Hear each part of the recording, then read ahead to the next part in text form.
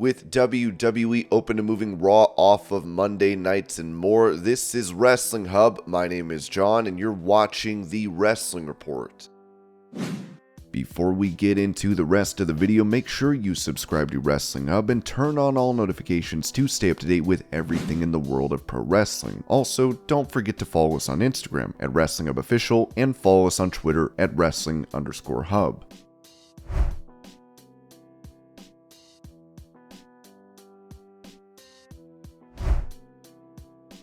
Showrunner for the series Heels, Mike O'Malley, talked to Entertainment Weekly about finding a new network to continue the show. I really do think it's going to have a life someplace else. It was really challenging in the sense that we weren't able to promote this show and talk about this show due to the writers and actors strikes. We knew when we finished the season, all the cast and everyone involved with the show were going to have to work our tail off to get people to watch the show because Starz doesn't have the same marketing and advertising muscle behind it. When the strike happened and they said we couldn't talk about it, it wasn't like Heels was on buses in every city in America. We're on Friday nights in the summertime. Starz worked really hard on making a great show and funding a great show, and we did too. We knew that we were going to have to carry some of the marketing work. We were supposed to go to Comic-Con and we didn't. We did not intend, nor do we intend, for this to be the last episode of the show. One of the things that we're trying to do in this show is honor wrestlers, honor anybody who has a dream, and the endurance to pursue that dream. Sometimes that endurance can be misguided. For instance, I used to like tap dancing. I was terrible at it, but when I was in college to get out of University of New Hampshire with a theater degree, I had to take tap dance. You have never seen a tap dancer worse than me, and can you imagine if I spent my whole life like, hey man, I have a dream. I'm going to bring tap dancing back. So one of the things we were trying to talk about in the show, if you want to be a professional wrestler, you also want to have a family and you want to have financial stability and you want to have a body that still works. These are all sacrifices that you make, and Jack Spade, the sacrifice that happened in this family is that his father, played by David James Elliott, wanted it so badly and was so disappointed he killed himself. What the show is really about is, how does our humanity get in the way of our own happiness? What happens at the end of that episode is Jack, who has been treated a certain way by his father, sees Ace being praised by the Continuum executive, Jen Lucia, played by Emmy Raver Lampman. She's rooting for Ace, and here's Jack, still that boy who wanted to be loved by his dad. He lets his own ego take over. He executes the leap. That moment is just him pushing it one step too far because his brother is being celebrated instead of him, and that's the tragedy of it.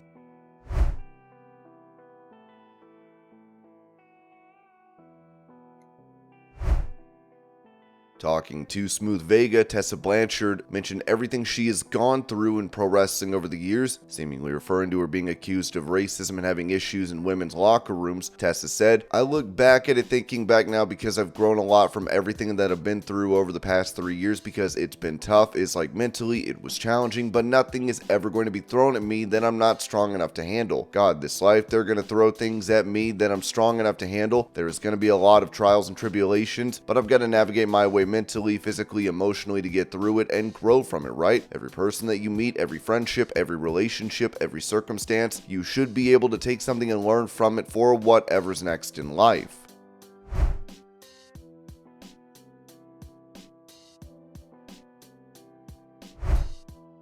Mentioning a hidden talent of the late Bray Wyatt, former WWE star EC3 told the Wrestling Outlaws podcast, "I don't want to talk too much about it because it's a family thing, but Wyndham, Bray was painting pictures and nobody knew like an artist. These amazing pictures, like looking at them, I was like, who painted these? And it was him. He had this hidden talent or this hidden drive. He was such a creative guy, he painted these amazing pictures. There was an idea from his wife, like someday I want to do an art gallery of his work. I'm like, I want to help. I think that's the most awesome thing we could do, and that could also substitute into something where we can all get together and celebrate him as a person."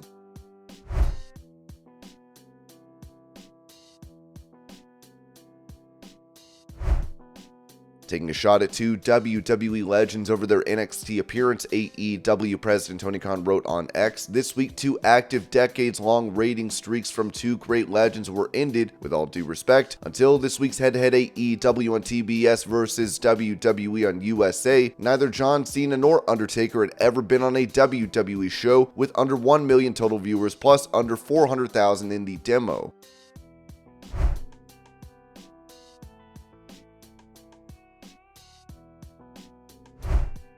Bringing up WWE's perspective on the competition with AEW, the Wrestling Observer newsletter said one person in WWE noted they believe the wrestling war will turn into WCW or TNA or Bellator as the competition in the sense there will be signings of older talent from WWE with names, while WWE will take AEW's younger talent, Cargill being the first example, and this is history repeating itself. The claim is that a pipeline has developed and some of the younger AEW stars already talking about leaving when their deals are up. Ringside News added, it was also noted that even in AEW, some individuals expressed similar concerns, acknowledging that there are wrestlers considering leaving the company. The hope is that the number of departures remains minimal, as AEW's reputation as a lower-level wrestling promotion wouldn't be beneficial. It's expected that talent movement will occur in both directions, as has been the case, with WWE expressing interest in acquiring younger talent.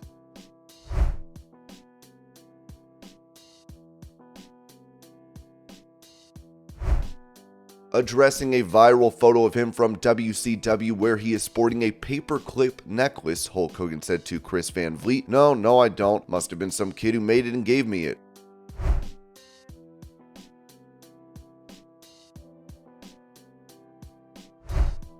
Recalling the day that he was no longer a part of AEW, Fuego Del Sol said on his YouTube channel, fast forward a few months to May and I'd been working like hell to rehab my foot. I was sitting in a physical therapy's office with one session left until I was cleared to return to the ring. I was even texting Sammy Guevara. Then out of nowhere, I got a text message from a couple of people in AEW management asking me when would be a good time for them to call me later today. I immediately screenshotted that message and sent it to Sammy and said, uh-oh, because I knew it was either one of two things. They were either going to renew me or future endeavor me. I walked out of the doctor's office, I sat down in my car and I picked up the phone. I realized it was a group call with a member of AEW's legal team, as well as someone high up in management in Tony Schiavone. Tony then gave me the very unfortunate news that I would no longer be in AEW as they were not renewing my contract for another year. He thanked me for my time in AEW and for my professionalism on the call. I told him thank you for all the time in AEW and appreciate the years I got to spend there. I also asked if there was anything legally stopping me from announcing this myself. They gave me their blessing, and then I proceeded to tell Tony Schiavone that please tell Tony Khan that I plan on being a star in professional wrestling, whether it's in AEW or otherwise. He told me he wished me the best of luck and hopes that I prove them wrong, and I said, no, Schiavone, I promise I'm going to prove you wrong.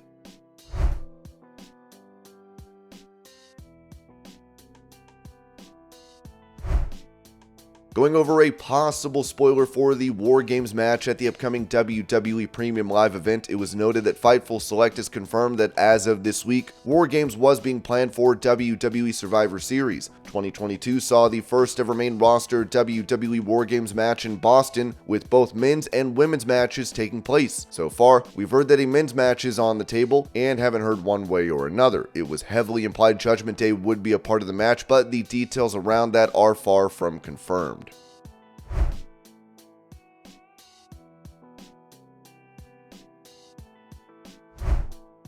As Jack Perry would be suspended from AEW following his fight with CM Punk at the All In London event, an update was given on his status by Mike Johnson of PW Insider. After speaking to some people, the belief of those who I have spoken to is that he is no longer on an indefinite suspension, but the company is in no rush to bring him back. The belief among the people I have spoken to is that the longer he is away, the longer it makes distance between himself and the incident with CM Punk. He had also just wrapped up that angle with Hook, so there is no rush to bring him back.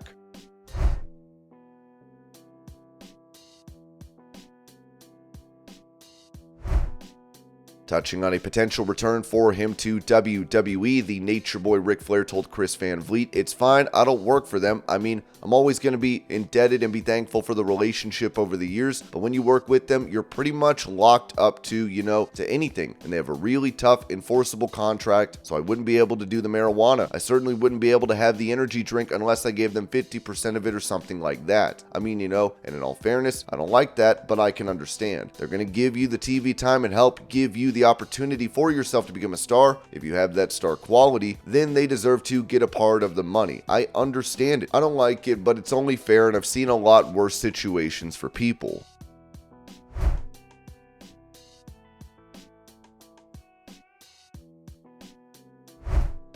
explaining why the TKO Group Holdings stock has gone down in recent weeks following the merger between WWE and UFC. CEO of Endeavor and TKO, Ari Emanuel, told Bloomberg Screen Time Conference, "I would say to you there's plenty of interest in Raw right now. I know people are like, NBC is out of the mix and that's why it went down. I think there's three things that happened. One, the reason the stock is down is they thought Raw was the best package. I saw a 40% increase, which was in line with expectations. Two, the PFL situation. And three, probably Vince McMahon in our deal wanted to be able to put at any point in time his stock. He's 78 years old. He's been working at this for decades and decades. So I think those three back-to-back issues."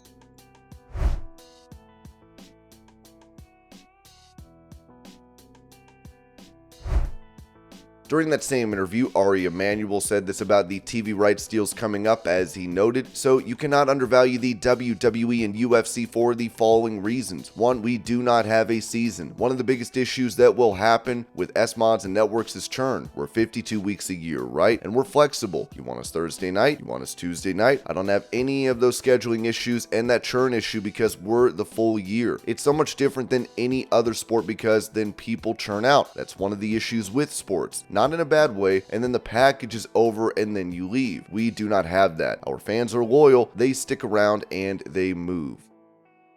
And this was your pro wrestling news update. I hope you're all having a great day. Thank you so much for watching, and I'll see y'all later.